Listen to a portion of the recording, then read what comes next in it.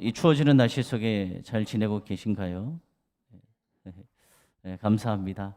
오늘 말씀의 제목은 제자입니까? 라는 제목으로 말씀을 전하고자 합니다. 우리는 바로 예수님을 따르는 주님의 제자입니다. 오늘 우리가 성경 말씀을 읽었는데 마태복음과 마가복음 말씀을 읽었어요. 이 등장하는 사람이 있습니다.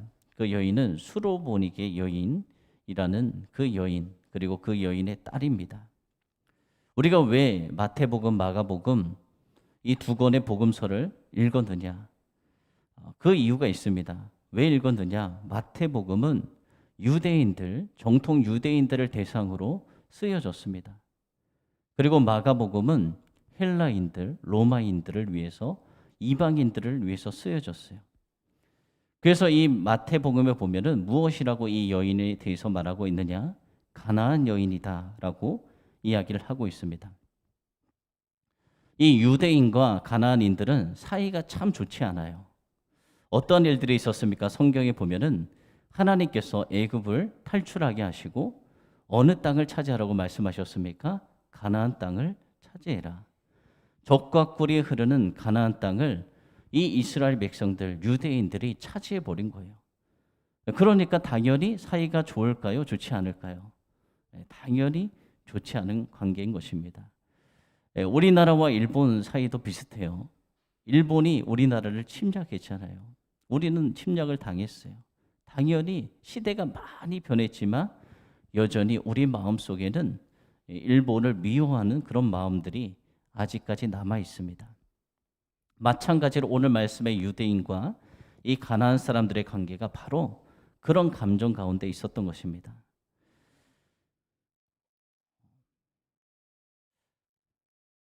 그래서 오늘 마태복음을 보면은 마태복음에는 유대인들을 고려해서 이 여인을 가나안 여인이다라고 기록을 했어요. 반면에 마가복음을 보면은 그 마가복음은 이방인들, 특별히 로마인들을 위해서 써져서 이 마가가 이 성경에 기록되어 있는 유대인들을 위해서 기록되어 있는 아람어를 헬라어로 번역을 합니다.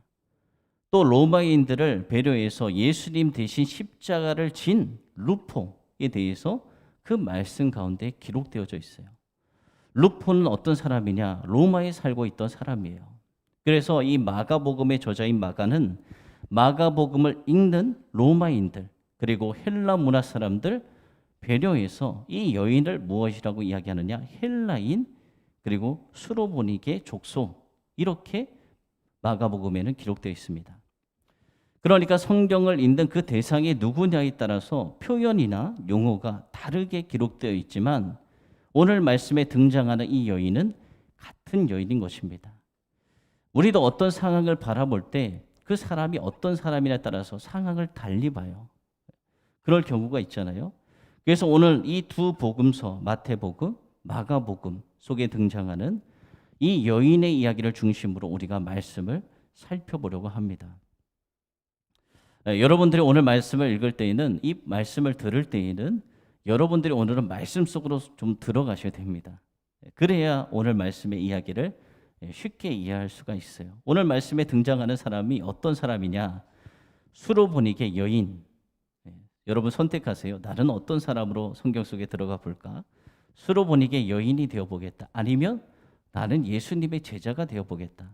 아니면 정통 유대인들의 입장에서 오늘 말씀을 보겠다. 아니면 예수님의 입장이 되어서 오늘 말씀을 보겠다라고 여러분들이 한번 선택해 보시기 바랍니다. 그리고 우리가 오늘 말씀을 듣기 전에 먼저 기억해야 될 것은 오늘 이 말씀의 현장은 예수님이 제자들과 우리 모두에게 주시는 실질적으로 그곳에서 역사하는 실물 교육의 현장이다라는 사실을 기억하시기 바랍니다.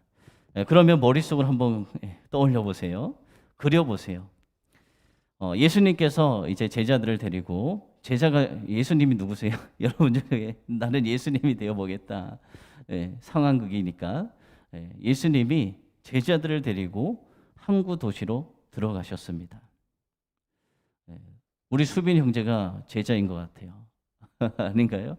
우리 예수님의 제자로 살고 있으니까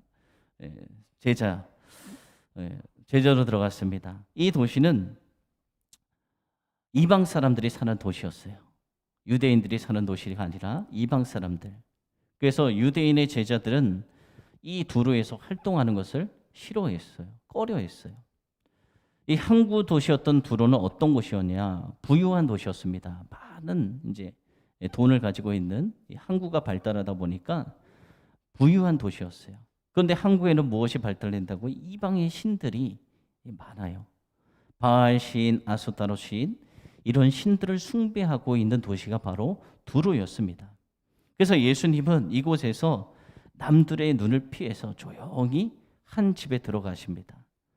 다른 사람들이 못 보게 하려고 애를 쓰셨지만 숨길 수가 없는 거예요. 왜냐하면 그 두로에 살고 있는 많은 사람들은 이미 예수님께서 이곳에 오신다는 소문도 들었고 오셨다는 것을 알고 있었어요.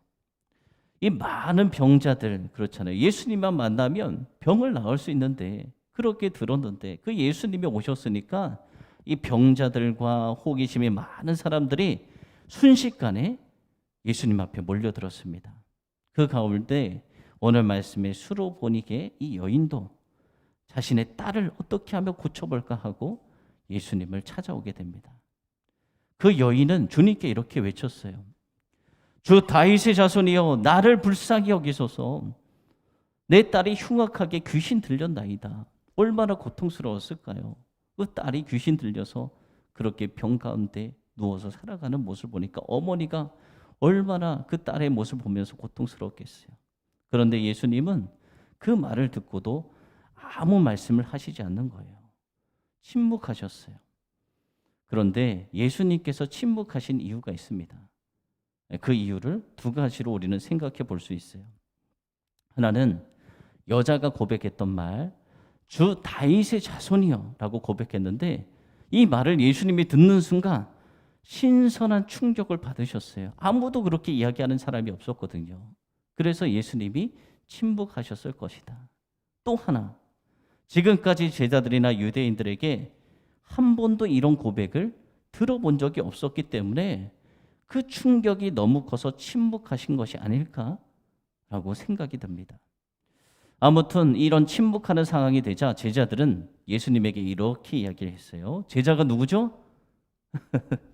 이제 여러분들 중에 예수님의 제자, 그 여자가 우리 뒤에서 소리를 지르오니 당장 그 여자를 보내세요. 이렇게 이야기하는 거예요. 이 제자들은 이 두로에서 처음부터 이 두로를 들어왔을 때 탐탁치 않은 도시였어요. 이 우상을 섬기는 이런 도시를 왜 오셨을까? 그리고 다른 이방인들, 이 가나안 사람들을 개처럼 여기며 상종하지도 않는 이 정통 유대인들이 봤을 때 이 도시는 마음에 들지 않았고 또 여자가, 그것도 가나안 여자가 남자들을 찾아와 소리 지르는 그 모습을 보니까 이 제자들은 그것이 감당이 되지 않았어요. 당시 중동 지역의 나라들은 어떤 사상을 가지고 있었냐? 남자 중심으로 살아갔어요. 우리나라도 이전에 그런 적이 있었잖아요. 우리 성경에 보면은 그 이스라엘 백성들의 숫자를 계수할 때 들어가지 못했던 사람들이 있습니다. 여러분 알고 계시나요? 어린아이 그리고 여인들은 숫자에도 들어갈 수 없을 정도로 그렇게 중동의 그런 지역은 그런 사상을 가지고 있었어요. 그런데 그런 가나안 여인이 유대인들의 입장에서 보면은 개나 그런 취급을 받던 그 사람이, 그것도 여인이 큰 소리로 예수님께 부탁을 하니까 제자들은 그 여인이 너무나도 귀찮은 것이에요. 그래서 어떻게 해서든 빨리 이 여인을 돌려보내야 된다 하는 생각을 제자들이 했습니다.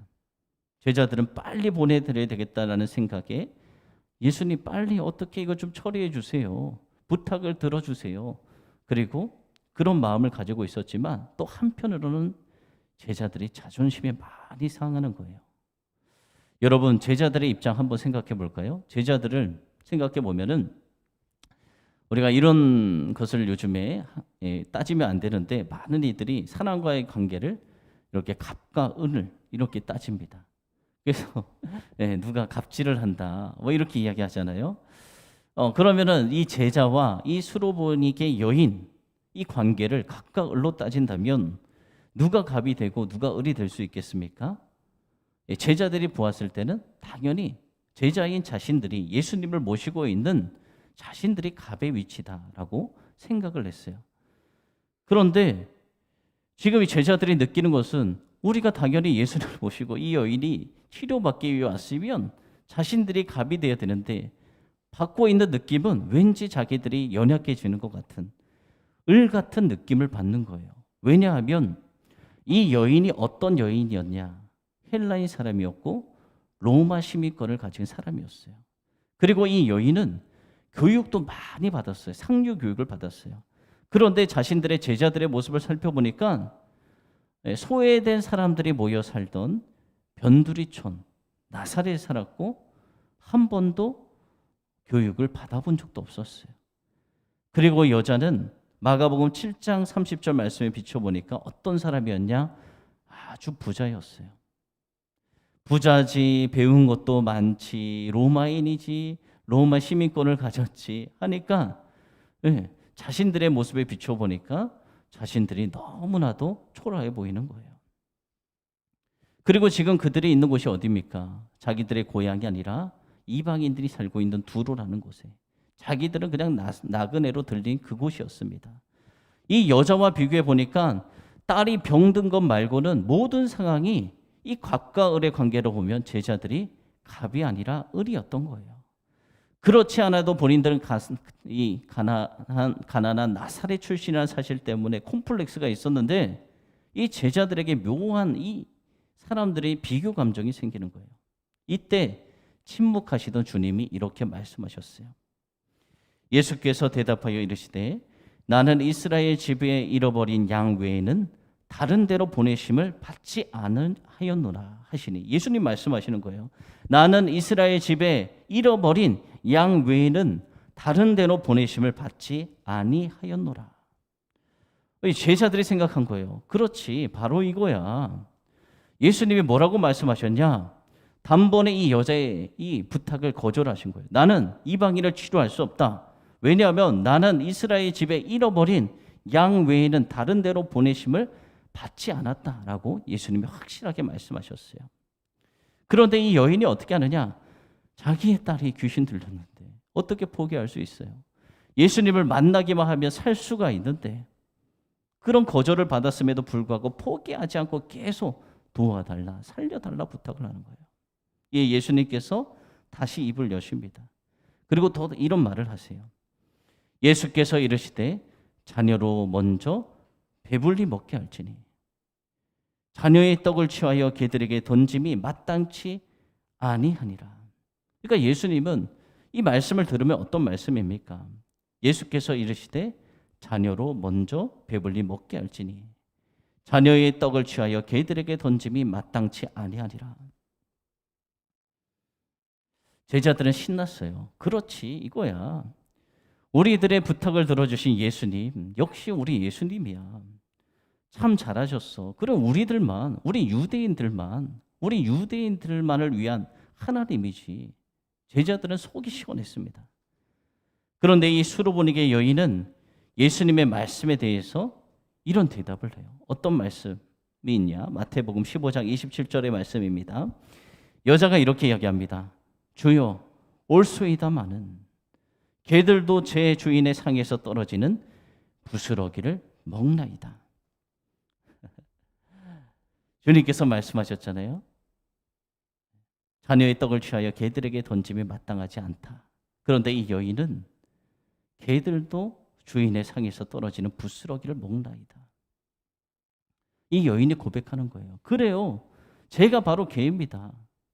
이 헬라인으로서 배운 것도 많고 부자고 얼마나 많은 능력을 가진 이 헬라인이 자존심이 강한 그 사람이 자기의 자존심 다 내려놓고 자기가 개라고 고백을 하는 거예요. 이 여인은 유대인의 입장에서 보는 유대인들이 이 여인을 어떻게 생각했느냐? 정말 개처럼 생각했어요. 사람 취급 안 했어요. 그런데 스스로 자기가 인정을 하는 거예요. 그런데 우리가 여기서 알아야 할 중요한 사실이 있어요. 예수님께서 이 말씀을 하신 이유가 있었다는 거예요. 처음에 우리가 들어보니까 누구를 편드는 것 같아요? 제자를 편드는 것 같잖아요. 그런데 예수님께서 이렇게 말씀하신 이유가 있었는데 그 말씀을 던지신 이유는 바로 이 수로보니게 여인이 그 말에 적절한 대답을 할 수 있도록 예수님이 유도하신 거예요. 지금 그 여인이 한 말을 유도해서 자연스럽게 이 여인의 딸을 치유할 수 있도록 예수님께서 하신 것입니다. 힌트를 제공하신 거예요. 당시의 개는 어떻게 살아갔느냐? 참 먹을 것이 없었어요. 길거리를 떠도는 개들은. 그래서 사람들이 먹고 남은 그것을 찌꺼기를 받아 먹으려고 온통 거리를 돌아다니며 힘들게 개들이 지냈고 그렇게 배를 채워야 했습니다.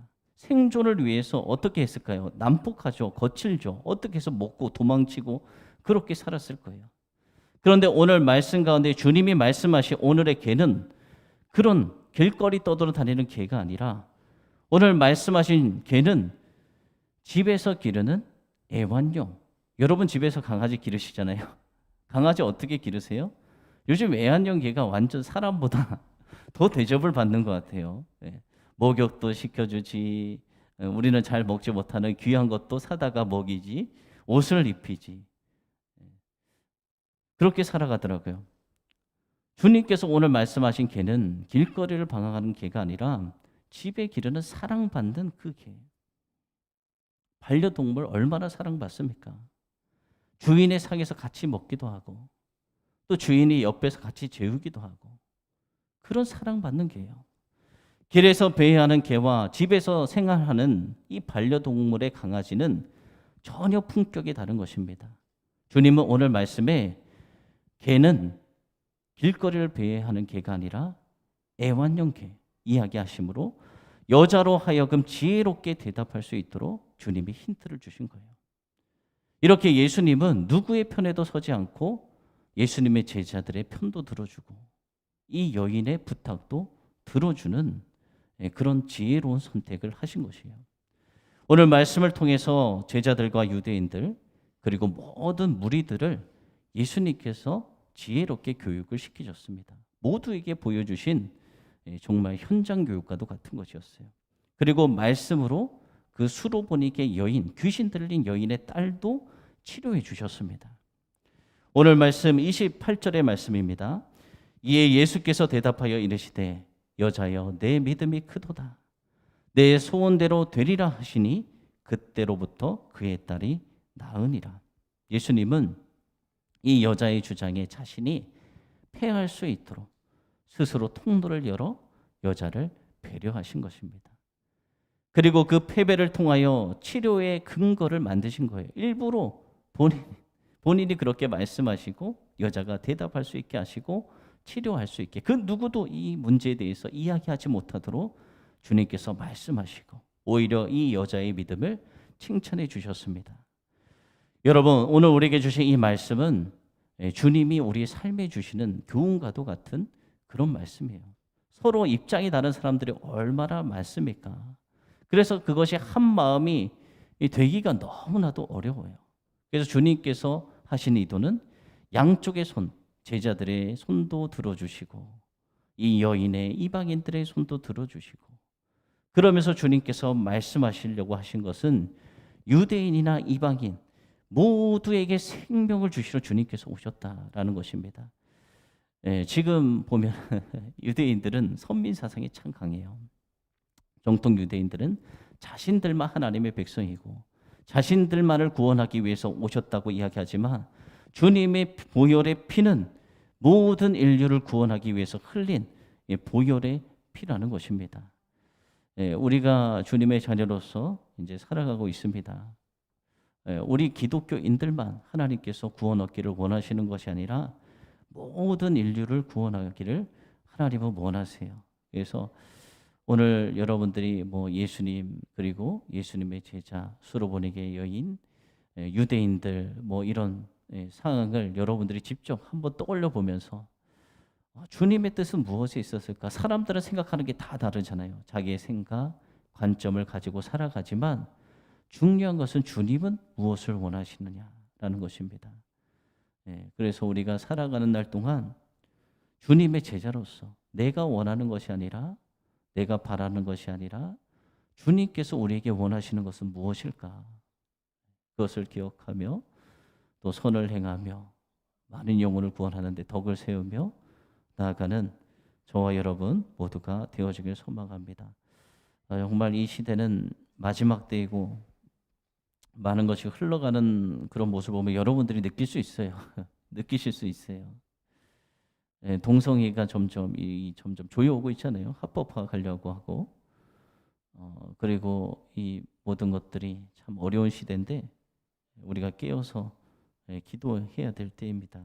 그래서 주님의 도구로 다 쓰임 받는 또 이 어려운 시대 가운데도 하나님의 보호하심으로 승리하는 여러분의 기업, 가정 다 되어지기를 소망하고 코로나 시대에도 하나님께서 보혈의 은혜로 덮어주셔서 우리 모두가 또 코로나로부터 안전한 그런 여러분의 삶이 되어지기를 소망합니다.